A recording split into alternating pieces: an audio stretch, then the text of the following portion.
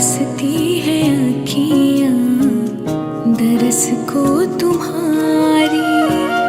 कोई रूप लेकर अब चले आओ, कोई रूप लेकर अब चले आओ, नहीं तो निकल जाएगी जान ये हमारी।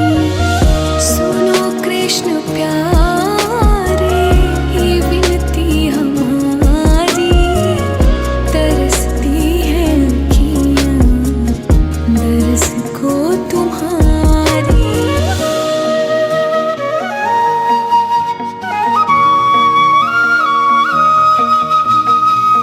हमें भी सुनाओ वो धुन बांसुरी की, हमें भी लुभाओ जैसे गोपियाँ लुभी थी।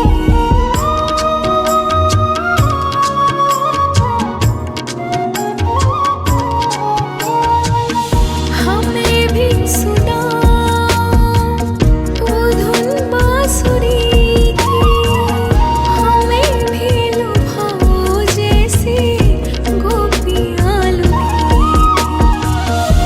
गैया चिड़ैया सब राह देखे, गैया चिड़ैया सब राह देखे, कलयुग में कितनी जरूरत तुम्हारी। सुनो कृष्ण प्यारे ये विनती हमारी, तरसती है आँखियाँ दरस को तुम्हारी।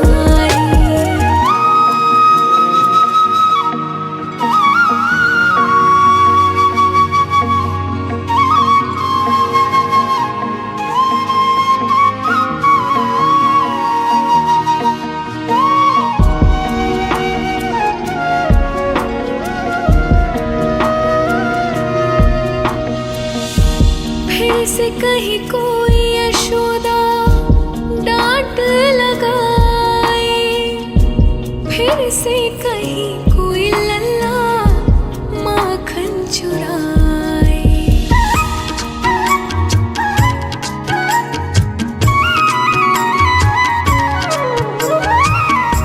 फिर से कहीं कोई यशोदा डांट लगाए, फिर से कहीं कोई लल्ला माखन चुराए।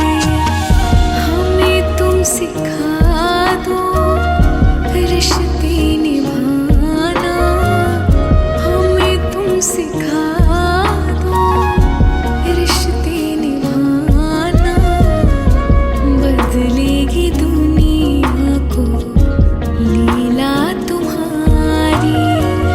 सुनो कृष्ण प्यारे ये विनती हमारी, तरसती है आँखियाँ दरस।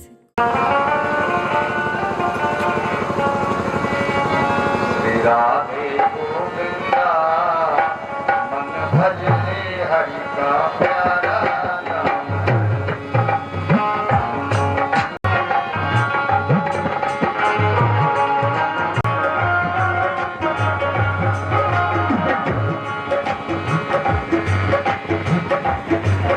श्री राधे गोविंदा मन भजले हरि का प्यारा। बंद माला की शर्त बंद कराए, आपकी शर्त बंद कराए। वृंदावन मत भजले हरि का प्यारा।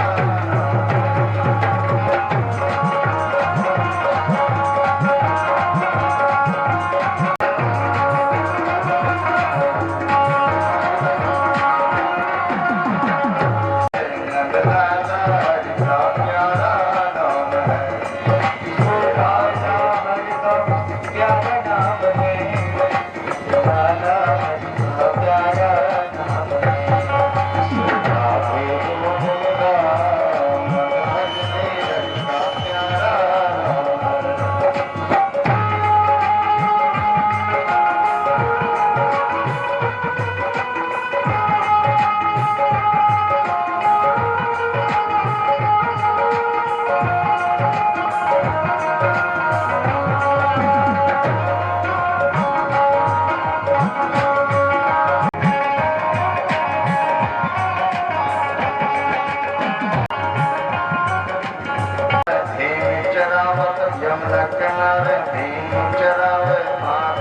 मन मुरारी माधव मदन मुरारी यमुना किनारे धेनु चरावत माधव मदन मुरारी हा माधव मदन मुरारी मधुर मुरलिया जब बजावे हर ले सुख सुख सारी राधे गोविंदा मन भजने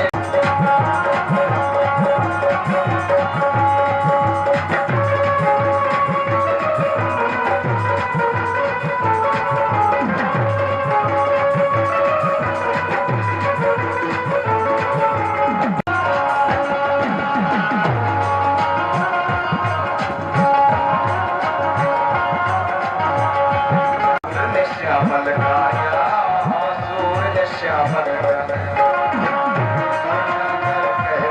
मीरा सूर्य श्यामल गाया सूर्य श्यामल तुकाराम और नामदेव ने विठ्ठल विठ्ठल गाया तुकाराम और नामदेव ने विठ्ठल विठ्ठल गाया श्री राधे गोविंद मन भजने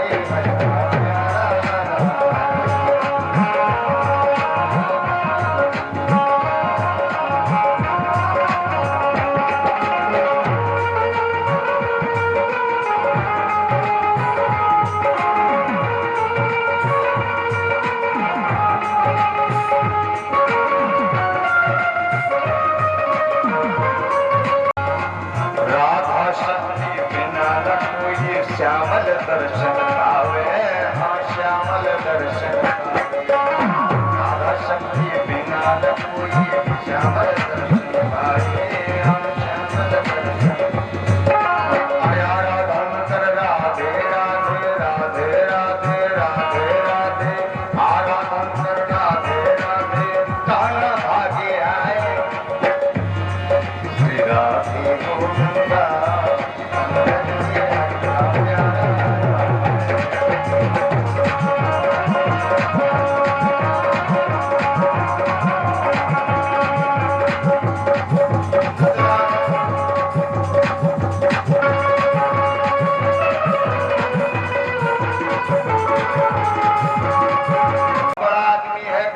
छोटा आदमी है निर्बल है निर्धन है लेकिन यहाँ पर पृथ्वी लोक में नीची ऊंची गतियां क्यों ऐसी भिन्नता क्यों की गई महाराज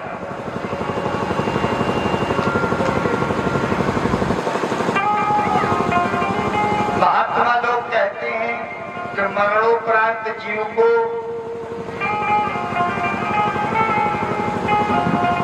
जितने भी जीवन में दुष्कर्म करता है उस जीव को मरणोपरांत नरकों की सजा दी जाती है। तो ये कहीं पृथ्वी लोक पर ही है कि और भी देश विदेश में कहीं त्रिलोकी के बाहर है। सुखदेव जी कहने लगे कि राजन यह त्रिलोकी के भीतर ही है दक्षिण की ओर पृथ्वी के नीचे जल के ऊपर स्थित है और उस नरक में सूर्य के पुत्र भगवान यम अपने सेवकों के सहित तथा भगवान की आज्ञा का पालन करते हुए अपने दूतों द्वारा लाए गए मृत प्राणियों को अपने अपने दुष्कर्मों के अनुसार पापों की सजा देते हैं, दंड देते हैं महाराज। और श्रीमद् भागवत में कुल 28 प्रकार के नरक बताए महाराज। 28 प्रकार के नरक हैं।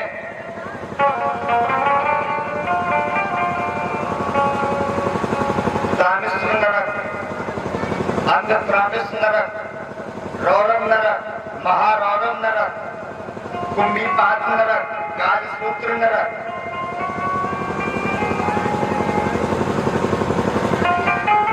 सत्यपवन, सुकर्मुख, अंधकूप, कृमि भोजन, सदस्य तप्त सूर्य, वज्रकंटक, शामिली, वैतरणी, वयोध, प्राणरोध, विषमशन,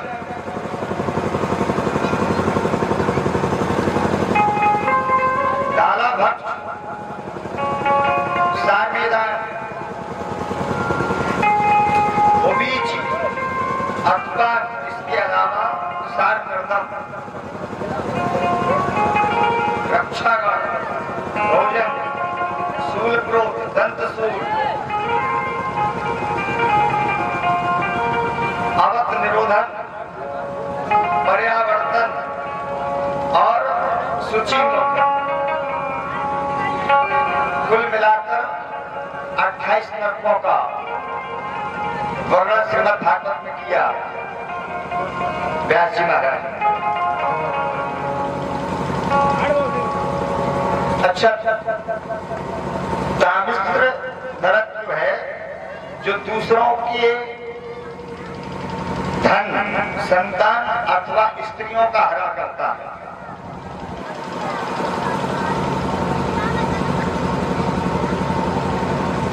ऐसे जीव को तामिस्त्र नरक में भेजा जाता है महाराज। इस नरक में मृत प्राणी की अन्न जल न देकर डंडे लगाए जाते हैं महाराज, और नाना प्रकार के भय दिखलाए जाते हैं। अंध तामिस्त्र नरक, जो दूसरों को धोखा देकर उसकी स्त्री का भोग करता है, वह अंध तामिस्त्र नरक में जाता है महाराज। वहां जीव को लोहे की गर्म तपती हुई स्त्री से भोग करने को कहा जाता है। और रौरव नरक, जो पुरुष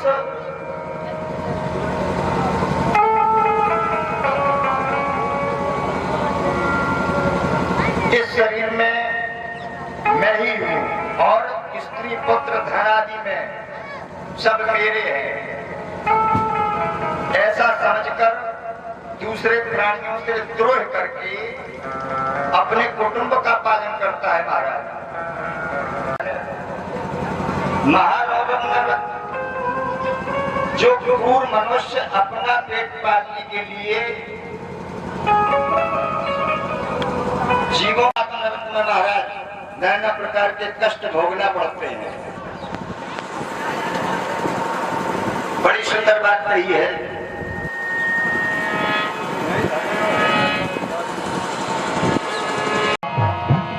किसको फिर भागा भाई तुम्हें क्या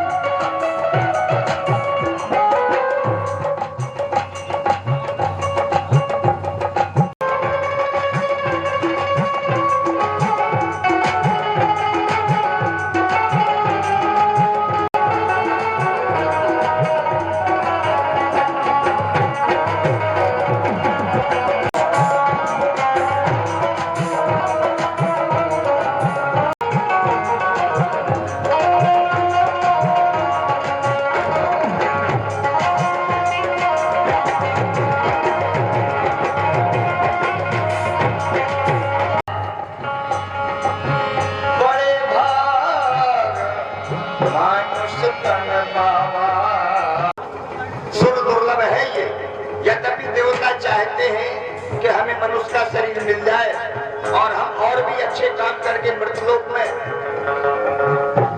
सम्मान पाए,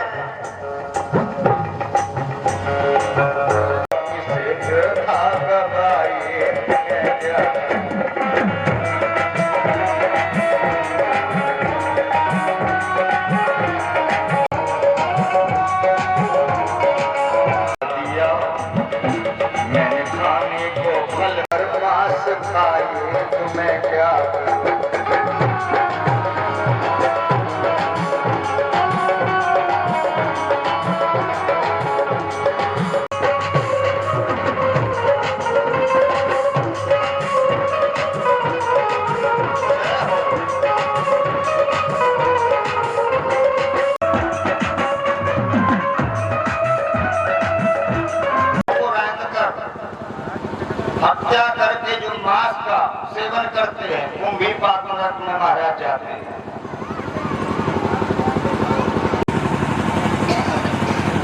जो मनुष्य व्यक्ति को दंड देता है वह शूकर मुख में जाता है। वहां पर यमदूत उसके अंगों को कुचलते हैं और जो जीवों की हत्या करता है वह अंधकूप नरक में जाता है। कृमि भोजन जो लोग पंच महायज्ञ किए बगैर स्वयं खा लेता है महाराज, वह कृमि भोजन नरक में जा गिरता है। और पत्थर हरा करता है वह संदस नरक में जाता है।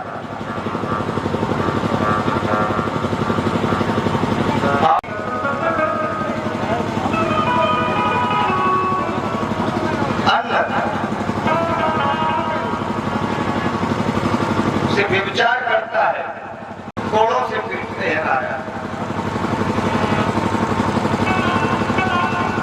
और लोहे की तपती हुई गरम मूर्ति से आलिंगन करने को कहते हैं। कि यदि भजन नहीं कर पाते, समय नहीं है तो ना, छोटे मोटे पापों की सजा तो हमें यही मिल जाती है। मतलब छोटे मोटे जो पाप होते हैं उनकी सजा यही मिल जाती है, लेकिन कोई कोई बड़े कठोर पाप करते हैं हो, और अगर हॉस्पिटल में वो भर्ती हो तो डॉक्टर से ये कहता है तमाम प्रकार की ऐसी असहाय पीड़ा होती है, कोई जल जाते हैं तो कहते हैं कि डॉक्टर साहब अब तो ऐसा करो, कोई ऐसा इंजेक्शन लगा दो जो मेरा जीवन समाप्त हो जाए, क्योंकि अब ये पीड़ा सहन नहीं होती, प्राण छूट जाते महाराज। और जब ऊपर सूक्ष्म शरीर होता है तो जीव होता है महाराज, तो उसको यमदूत चाहे लोहे की कढ़ाई में गर्म करके डाले, चाहे किसी कूप में अंधकूप में डाले, लेकिन वो छटपटाता है, घबराता है, रोता है, चिल्लाता है, लेकिन मरता नहीं है महाराज। इसलिए उसको ये सजा नहीं दी जाती है यमदूतों के द्वारा।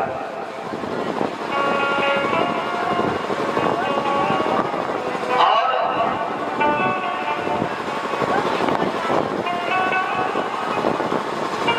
वैसे तो हम ये नरकों की बातें नहीं करते, क्योंकि अब ये भागवत में लिखा है, इसलिए बताया है कि जैसे किसी के यहाँ जब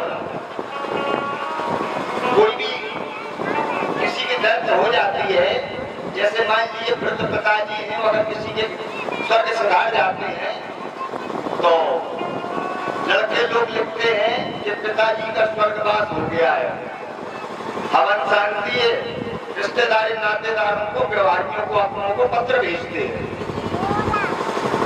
और जैसे यदि कोई गांव के अंदर में भला आदमी है जिसने कभी किसी का बुरा नहीं किया, परोपकार में अपना जीवन लगाया है, किसी को सताया दबाया नहीं है, किसी के साथ अहित नहीं किया, और ऐसा आदमी अगर कहीं पे चला जाए इस दुनिया से, स्वर्गवास हुआ है कि नरकवास हुआ है। बड़ी सुंदर बात कही है।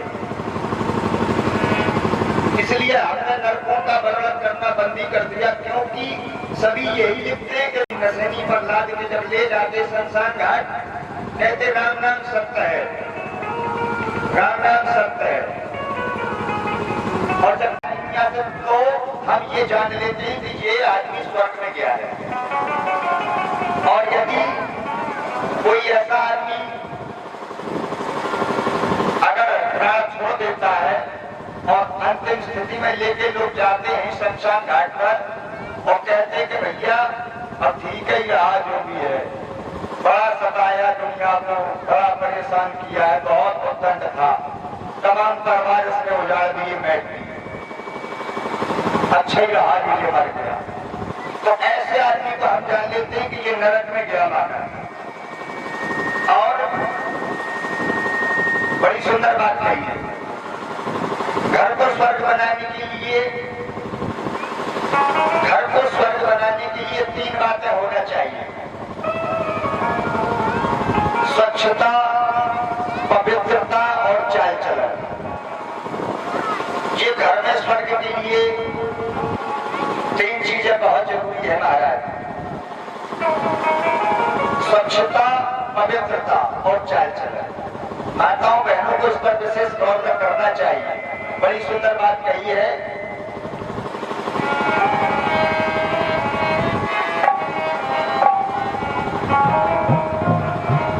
अरे वह घर तो नरक समान, जिस घर में फूहर डाली, वह घर तो नरक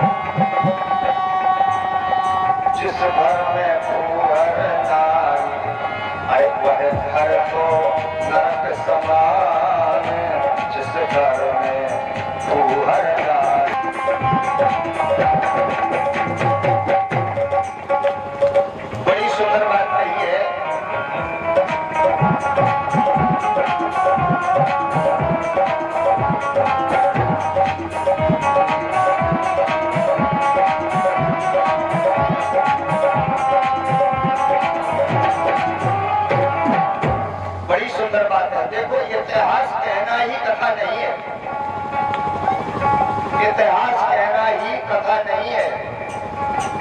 हमारी कथा से समाज का कुछ सुधार हो, कथा उसे कहते हैं। इतिहास तो सभी सुनते सुनते बहुत जीवन गुजर गया, सुनते आ रहे, सुनते जाते, जाने कितने इतिहास सुन सुन के मरघट में पहुंच गए महाराज। तो प्रसंग होना चाहिए भागवत का, श्रीमद् भागवत का, रामायण का, लेकिन समाज पर कुछ ज्ञान की छाप जाना चाहिए, कथा इसको कहते हैं। वह घर तो नरक समान, जिस घर में फूहर डाली।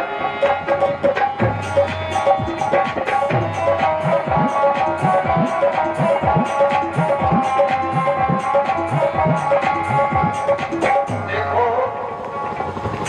जो सुलक्षणी स्त्रियां होती है ना,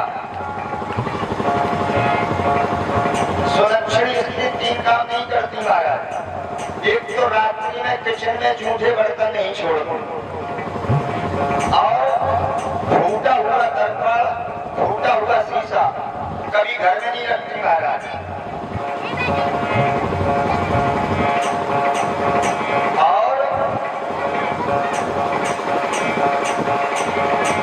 कभी भी टूटी चारपाई घर में नहीं रखती महाराज। ये सब दरिद्रता के कारण है, इससे दरिद्रता आती है घर में। और जो अच्छे खानदान की माताएं बहनें हैं, ये 3 काम नहीं करती। सारे बर्तन मेले फूटे, सारे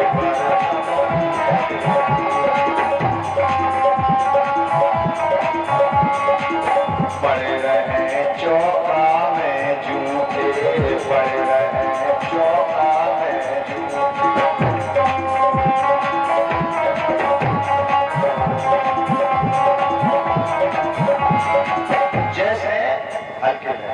जैसे बालक पढ़ने स्कूल में गया और बालक पढ़ने स्कूल में गया और स्कूल से बस्ता रखा और मम्मी आई, 4-5 झापड़ लगाए बच्चे की।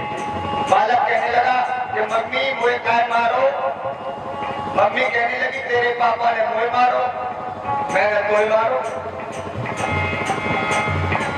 सारे बर्तन मेरे पड़ रहे चौराहे।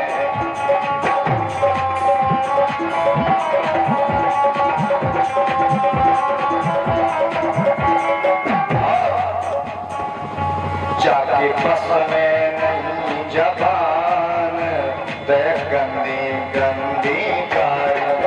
जाके बस में नहीं जबान।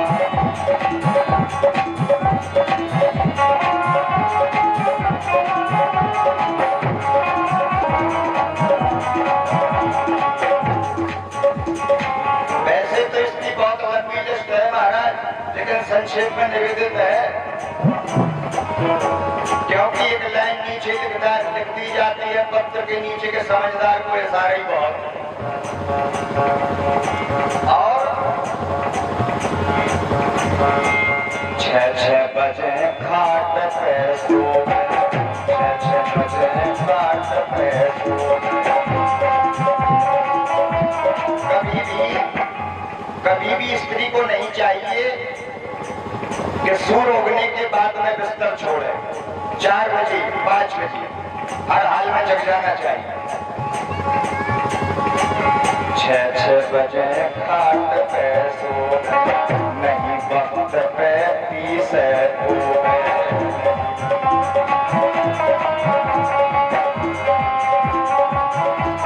कभी भी समय पे खाना पीना नहीं बनता महाराज। और 6 बजे खाट पे सो गए, नहीं वक्त पे पी से हो गए। घर गंदो कपड़ो नहीं धोवे, घर गंदो कपड़ो नहीं धोवे। जाके भोजन में नहीं स्वाद, बाकी बिना ने मत मार।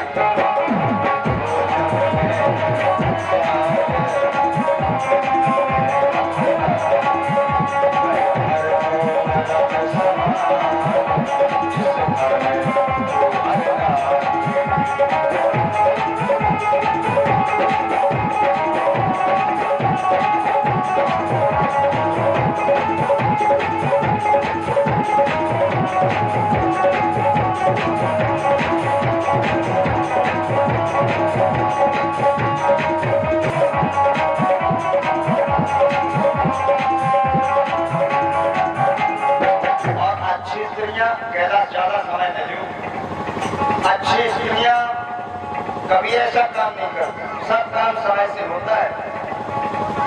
सूर्य उगने के पहले स्नान, पूजा पाठ, साफ सुथरा खाना और साफ सुथरा घर, ऐसी सुलक्षण स्त्रियां कहलाती हैं। वह घर तो स्वर्ग समान, जिस घर में सुलक्षणी नारी।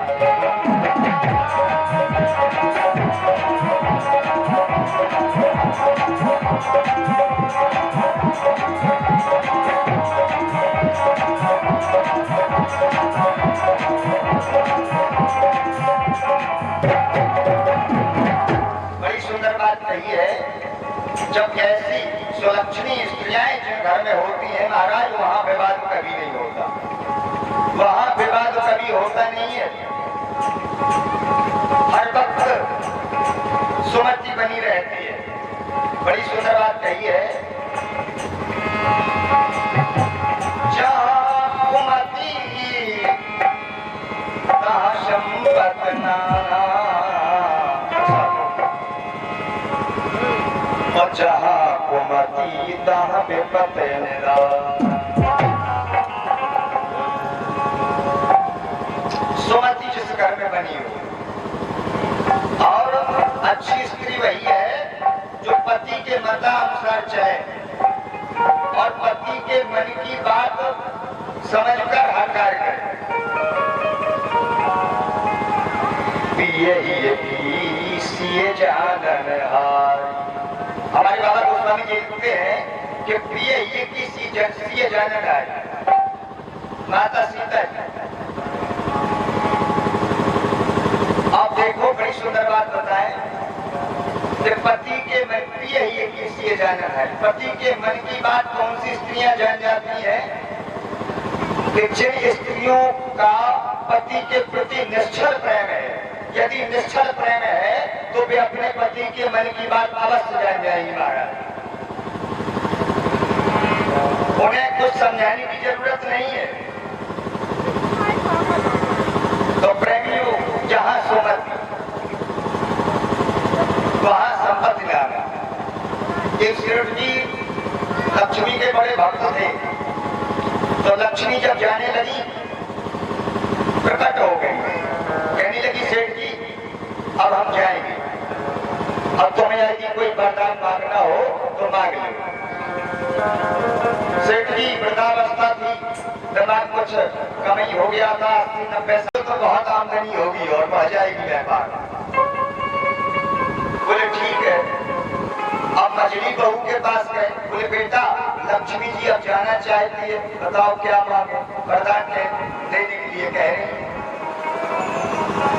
मछली बहू बोली एक काम करो पिताजी, कि कानपुर जैसे शहर में 15-20 प्लाट और मांग लो। प्लाटन पे आजकल बहुत महंगाई है हमारा, 2 साल में तूने तो 10-15 प्लाट मांग लो। ठीक है।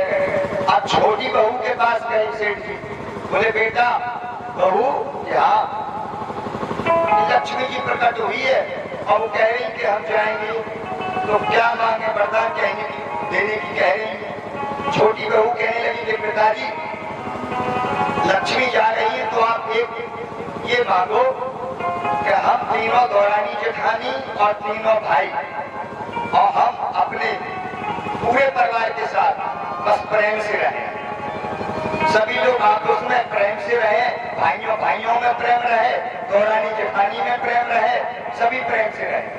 ये वरदान मांगा। सेठ जी गए और जाकर लक्ष्मी जी से प्रणाम किया। बोले महारानी एक वरदान दे दो। बोले क्या? बोलो क्या चाहते हो? बोले महाराज हम तीनों लड़के और तीनों बहू और हम दोनों प्राणी बड़े प्रेम से रहे महाराज, सुमति के साथ रहे परिवार में। लक्ष्मी जी कहने लगी जय हो, तो अब हम नहीं जाते, अब तो यही रहे। इस प्रकार प्रेमियों, जहां सुमति तहां संपत्ति लाना। परीक्षित जी कहने लगी कि महाराज भगवान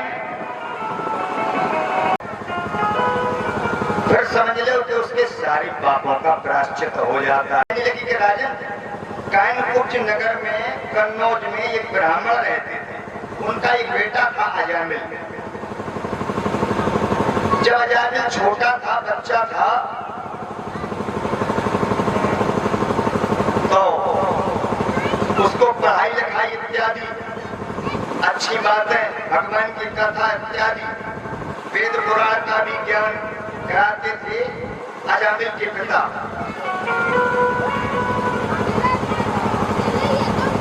देखो जब छोटा कोई बच्चा होता है तो उसे हर बार बार समझानी पड़ती है, क्योंकि बच्चा अबोध है, नादान है। अब बच्चा छोटा था तो एक बार ये खेलते खेलते जंगल की तरफ चला गया महाराज। जब जंगल की तरफ चला गया तो इसने एक शूद्र दंपति को संभोग करते देख लिया महाराज।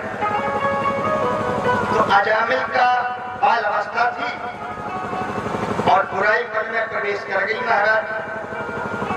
देखो बुराई पहले आंखों से प्रवेश करती है और आंख अगर बिगड़ गई तो सोच बिगड़ गई, और सोच अगर बिगड़ गई तो चरित्र बिगड़ गया, और चरित्र बिगड़ गया तो सब कुछ बिगड़ गया। ऐसे शूर्पणखा जब राम जी के पास पहुंची, कहने लगी शादी कर लो। राम जी शूर्पणखा की तरफ देखा नहीं और बात कर रहे हैं सीतहि चितहि कही प्रभु बाता, क्योंकि नेत्रों में दोष है, देखा नहीं, देख सीता की ओर रहे हैं और कह रहे हैं, बात शूर्पणखा से कर रहे हैं, कह रहे शूर्पणखा मेरा विवाह हो चुका है और हम एक नारी व्रत करते हैं, अन्य सभी को माता बहन समझते हैं। इस प्रकार शूर्पणखा को लक्ष्मण के पास भेजा और नाक काट रखने की सजा दिलवा दी। कहने का मतलब है कि यदि मन में एक अवगुण आ जाए तो वह अपने भाई बंधुओं को बुला लेता है। एक अवगुण अगर आ जाए मनुष्य के शरीर में तो और भी जितने अवगुण होते सारे उसी में प्रवेश कर जाते हैं, इकट्ठे कर लेता है। इस प्रकार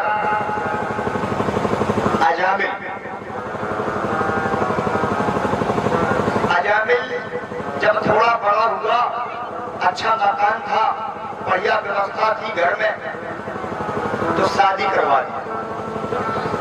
शादी हो गई, पत्नी बड़ी समझदार थी।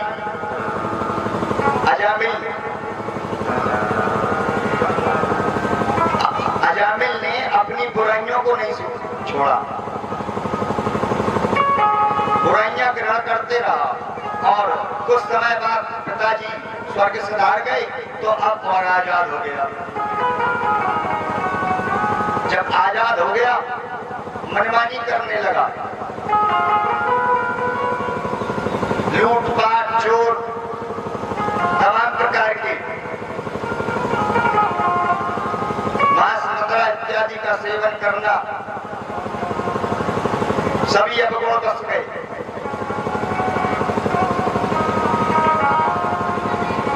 एक बार इनके यहाँ साधु पधारे, चार महात्मा पधारे, कहीं से पूछते पूछते भ्रमण करते हुए शाम हो गई और गांव में पहुंच जाते हैं। कानपुर नगर में पहुंचे और गांव वालों से पूछा कि भैया यहाँ कोई ब्राह्मण का घर है? लोगों ने बताया कि हाँ है, तो महाराज एक ब्राह्मण है अजामिल, लेकिन वो है ऐसे ही महाराज। अरे बोले अब कैसे ये ब्राह्मण तो है? बोले हाँ है तो ब्राह्मण। तो महात्मा लोग पता लगाते लगाते अजामिल के घर पहुंचे।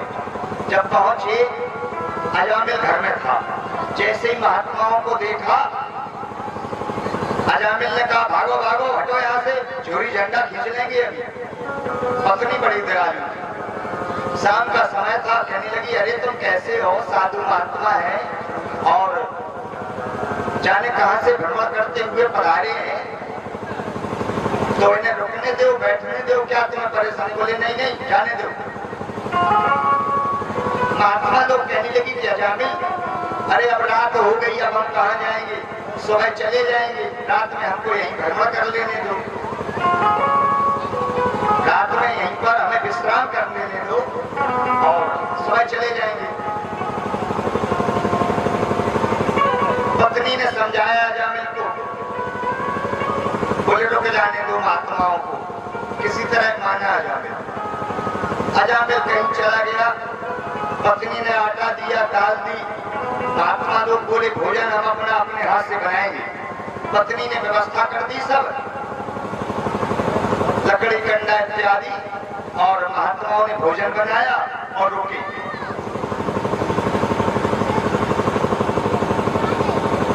अजामिल के अवगुणों का ख्याल करके पत्नी बहुत परेशान रहती थी महाराज, बहुत दुखी रहते थे, लेकिन बेचारी क्या करे। महात्माओं को बताया कि महाराज बड़ा आचरण ऐसा ऐसा है, क्या करें, कैसे इनका उद्धार होगा, हमें तो समझ में नहीं आती बात। अजामिल के लिए महात्माओं ने एक उपाय सोचा। एक बच्चा था, अजामिल के 10 बच्चे हुए महाराज, तो एक 10वां बच्चा छोटा था गोदी में, उसका नामकरण नहीं हुआ था। तो छोटा जब बच्चा हुआ था, पत्नी गोद में लिए थी, कहने लगी महाराज नामकरण ही नहीं हुआ बच्चे की। महात्मा लोग कहने लगे विचार कर कि एक काम करो, इसका नाम नारायण रख दो, नारायण। बड़ा सुंदर नाम। तभी तो पहले के जमाने में लोग सीताराम, राधे श्याम ऐसे भगवान के नाम में नाम मिलाते थे, जिससे कि भगवान का नाम कई बार दिन में लेता रहे, मनुष्य कल्याण हो जाए।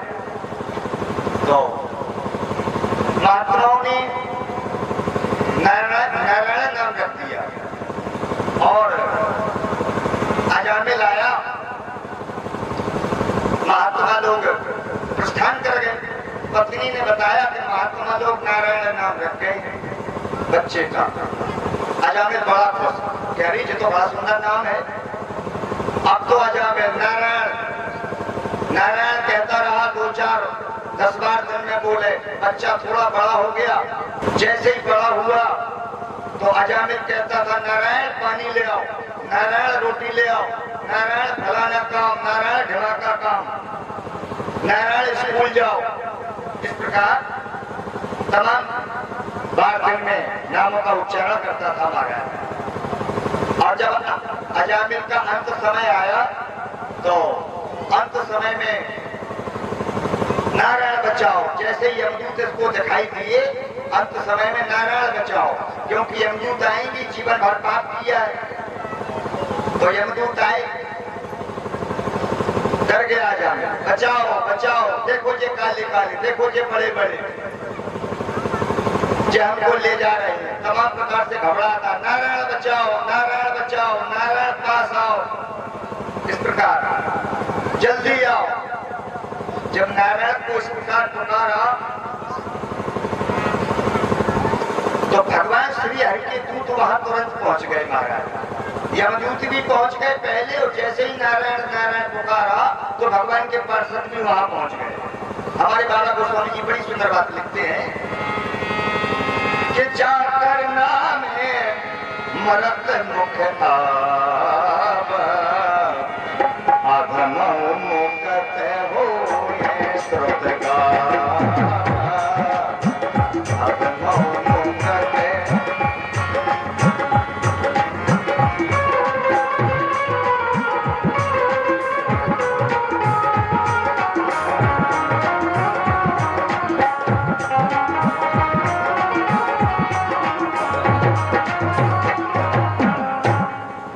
जिसके मरते समय भगवान की अगर नाम जिह्वा पर आ गया तो उसको निश्चित मुक्ति मिल जाती है महाराज। राम नाम, कृष्ण नाम, नारायण नाम अधर से अधर पापी तर जाता है।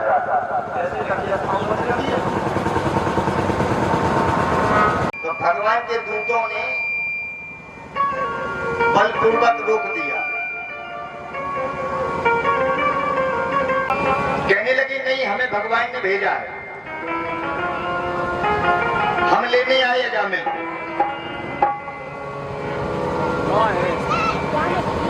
और यदि आप यमदूत हो तो धर्म के लक्षण जानते हो, बतलाओ कि दंड का पात्र कौन कौन मनुष्य होता है।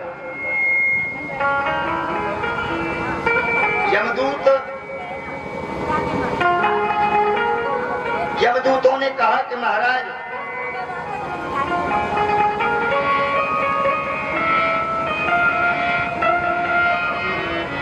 वेद प्रतिहितो धर्म हय धर्मस्थ पाठ्य च वेदो नारायण साक्षात् यत्न रूपेण विस्तृतम् येन स्वधर्म भाव रजजाश्वत तमोमया गुणनाम क्रिया रूपे विभर्वन्ते यथा तथम। पार्षदों ने कहा कि वेदों ने जिन कर्मों का विधान किया है वह धर्म है, और जिनका निरोध किया है वे अधर्म है। और वेद स्वयं भगवान का स्वरूप है, स्वयं ज्ञान का प्रकाश है, ऐसा हमने सुना है। जगत में रजोमय शतोमय तमोमय सभी पदार्थ सभी प्राणी के परम आश्रय भगवान में ही स्थित है। और नाम गुण कर्म रूप आदि अनुसार उनका यथोचित विभाजन करते हैं।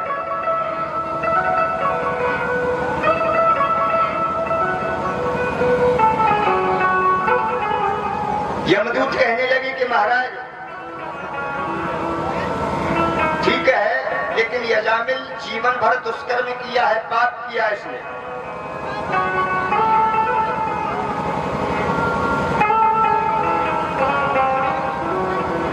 और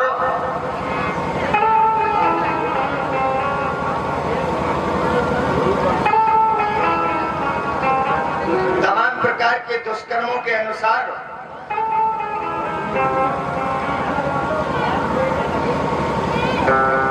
इसके पापों की सजा के लिए ही भगवान ने भेजा है हमें।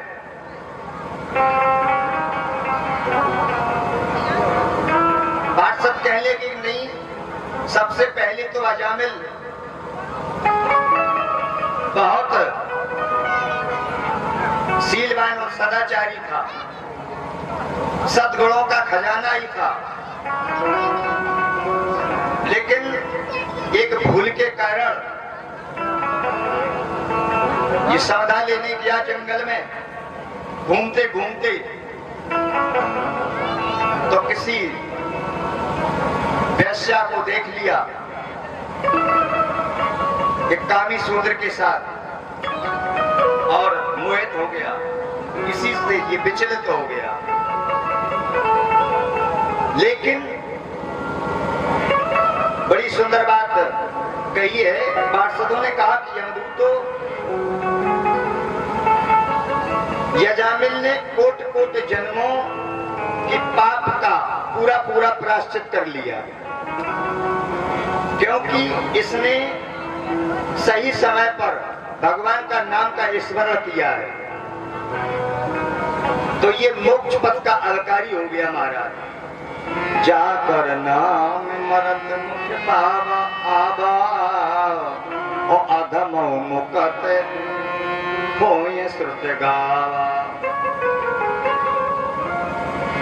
इस प्रकार वापस भेज दिया। कहने लगे कि नहीं जाओ, तुम्हें धर्म के तत्व का पता नहीं है, यमलोक जाओ, हम नहीं ले जाने देंगे यजामिल को।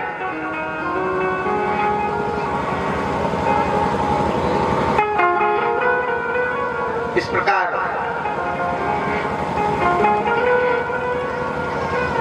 यमदूत चले जाते हैं।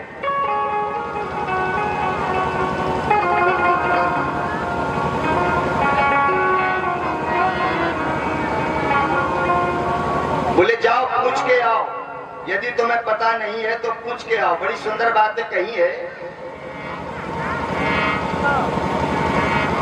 कि जिसने भगवान का अंत समय में नाम लिया वह अवश्य मुक्ति को प्राप्त हो गया, क्योंकि भगवान का नाम राम नाम की औषधि जो ले निस दिन खाए, और अंग रोग व्यापे नहीं महारोग मिट जाए।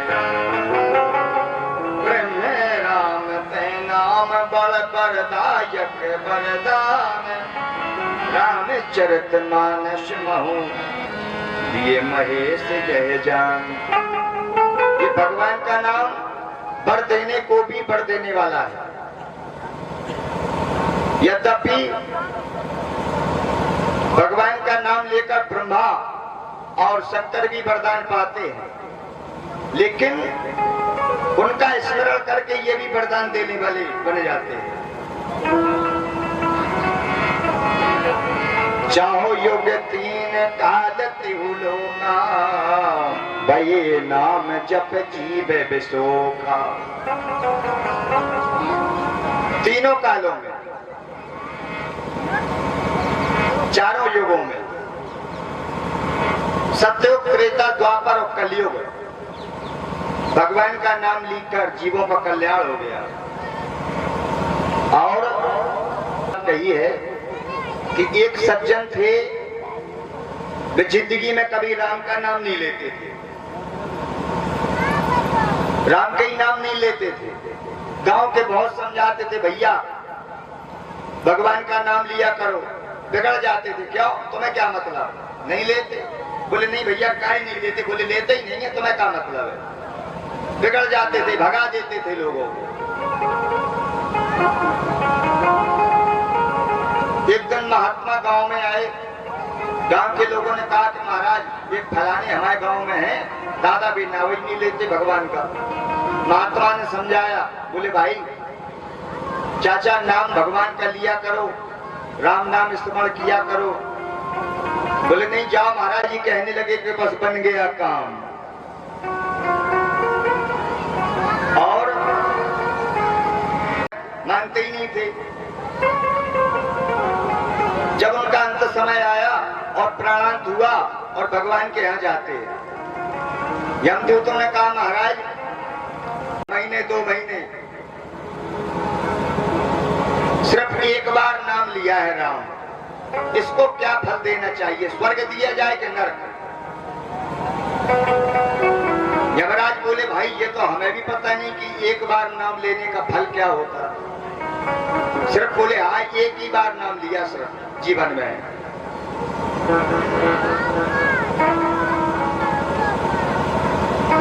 यमदूत कहने लगे ब्रह्मा जी के पास चलो। ब्रह्मा जी के पास पहुंचे, ब्रह्मा जी को बताया कि महाराज इसको क्या फल दिया जाए, एक बार नाम लिया जीवन में। ब्रह्मा जी बोले भाई ये तो हमें भी पता नहीं एक बार का। ऐसा करो शंकर जी के पास चलो, क्योंकि शिव जी कैलाश पर रात दिन राम राम राम जपते रहते हैं, उन्हीं को पता होगा। तुम्हें पुन राम नाम दिन राती, और सादर जपत यनंग यराती। शंकर जी बोले महाराज राम नाम हम स्मरण तो जरूर करते हैं, लेकिन राम कहने का फल क्या होता है ये महाराज हमें भी पता नहीं।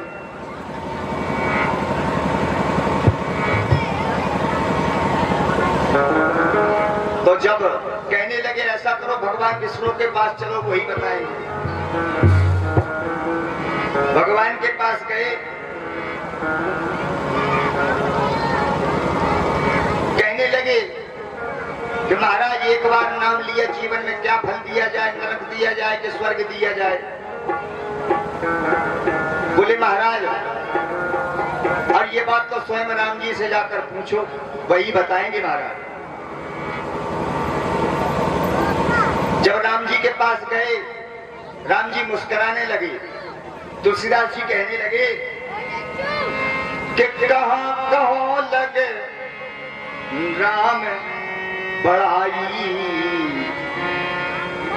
और राम न सकहे राम गुण गाई। कहाँ कहो लगे नाम बड़ाई, और राम न सके नाम गुण गाई। इस प्रकार प्रेमियों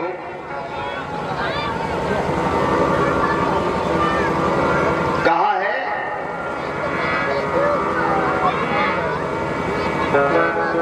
कि बारक नाम कहत जग जीव, होत तरन तारन नर देव।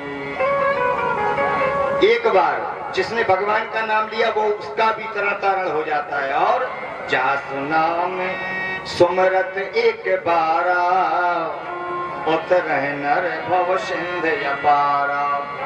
जिसने भगवान का नाम एक भी बार लिया है वह इस जन्म मृत्यु रूपी भव सागर से पार हो जाता है, तर जाता है। तो सभी सुगत दीन रघुनाथ, और नाम योधारे अमित छल वेद विदित गुण गाथ। भक्तों की चर्चा छिड़ी इसलिए बड़ी सुंदर बात याद आई। देखो इस कलयुग में 3 संत हुए, नामदेव और नरसी भक्त और तुकाराम जी, ये तीनों गृहस्थ संत हुए महाराज। और ये गृहस्थ तीनों संत ऐसे हुए कि जिन्होंने भगवान से अधिक लगन लगाई है तो प्रभु के दर्शनों की प्राप्ति इनको हुई। भगवान ने कृपा करके दर्शन इनको दिया है। नामदेव जी की पत्नी थी पूरी तरह प्रतिकूल।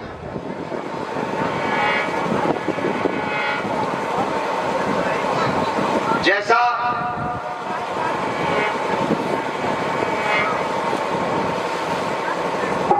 नामदेव जी की पत्नी, जैसा नामदेव जी कहते थे हर बात मानती थी, पूरी तरह अनुकूल, हर बात मानती थी, बड़ी अच्छी व्यवस्था घर में रहती थी, हर समय पूजा पाठ हर चीज बड़ी अच्छी तरह भजन होता था। और नरसी भगत, नरसी जी का तो स्वयं भगवान ने, द्वारकाधीश ने भाग भरा आकर और भजन गाते रहते थे बराबर नरसी जी। श्री कृष्ण गोविंद हरे मुरारी, हे नाथ नारायण वासुदेवा। श्री कृष्ण गोविंद हरे मुरारी, हे नाथ नारायण वासुदेवा।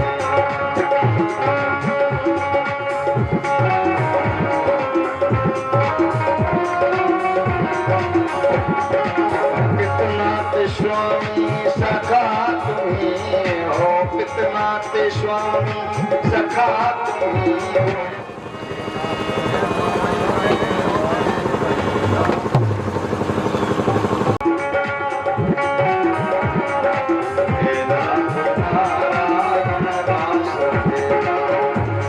बोलिए गोविंद भगवान की। तो नरसी जी भक्त कहने लगे चलो जय हो प्रभु, जैसा तुम्हें मंजूर है। ऐसे ही महाराज गई पानी भरने, पानी भरने गई रखूबाई, और जैसे ही लौट के आई नर्स तुकाराम जी ने महात्माओं को रोका, बैठे रहो बैठे रहो, बैठो बैठो महाराज बैठो बैठो। अरे बैठो महाराज, बैठे रहे।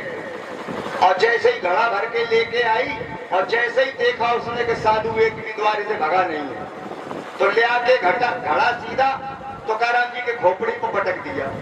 जहां उनसे घड़ा फूट गया सब भीग गए महात्मा, सब भीग गए। तुकाराम जी बोले देखा, लोग कहते हैं कि जो गरजता है वो बरसता नहीं है। पहले हमारी पत्नी ऐसी है जो गरजती भी है बरसती भी है, पहले गरज गई और देखो बरस गई। एक बार तुकाराम जी ने गन्ने की खेती की, गन्ने की फसल, जब गन्ना पैदा किया बहुत सारे गन्ने हुए, तो बैलगाड़ी से गन्ना बेचने गए बाजार। जब बाजार बेचने गए गन्ना, जैसे ही बाजार गए जितने बाल गोपाल मिले रास्ते में, ले बाल गोपाल खाओ गन्ना चूसो, सब गए बाजार में, सब बांटे आए, बांटे आए। एक गन्ना बचा गाड़ी में। शाम को वापस आए, रखूबाई ने देखी गाड़ी कि भाई गन्ना तो सब बिक गए, आप तो पति देव बढ़िया पैसा ले आए होंगे, सब बिक गए। तो गाड़ी वेला ढीले, और अब पत्नी बोली काहे, बाहर द्वारे बैठे कहने लगे काहे एक ही बचा, सब बिक गए। अब तो कराम बोले अरे बिके थोड़े ही हैं, काहे और कहा है, बोले अरे मैं तो सब बाल गोपालन को बांटते हैं। अब तो कराम की पत्नी रखूबाई को गुस्सा लगी और ये गन्ना उठा सीधा तो कराम की जाम, और जैसे ही खोपड़े में दिया दो टुकड़े हो गए गन्ने के। अब तो कराम जी कहते ये तुमने अच्छा किया, अब एक तुम चूस लो, एक हम चूस लो। ऐसे भक्त महाराज, भक्तों की बड़ी अद्भुत लीला है।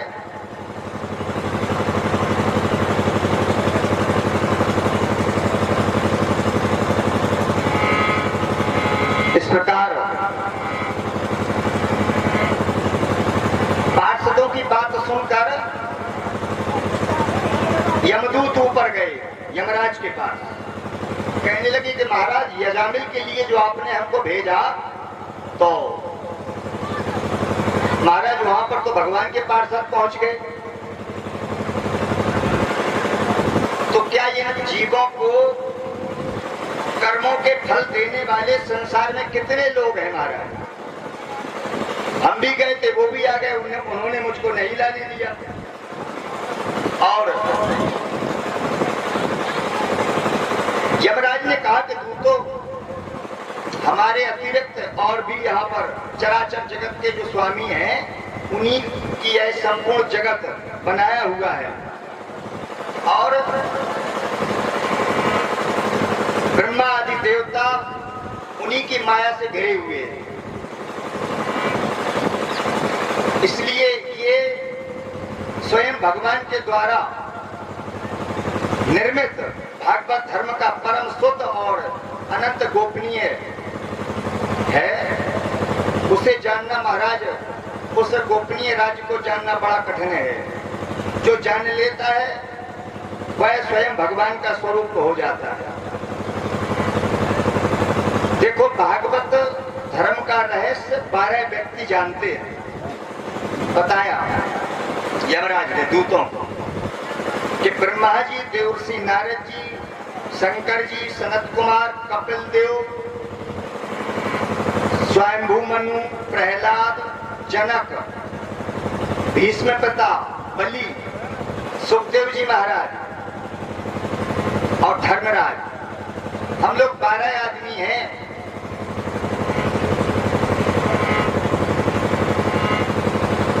जो धर्म के रहस्य को जानते हैं कि किस प्रकार के प्राणियों को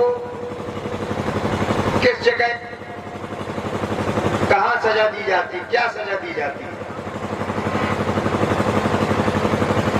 अब समझाया,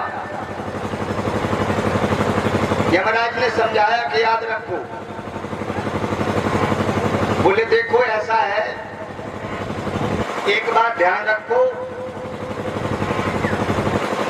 कि यजामिल पापी था, लेकिन भगवान का नाम मरते टाइम उसने स्मरण किया, इसलिए वह अपने सब पापों का छुटकारा पा गया।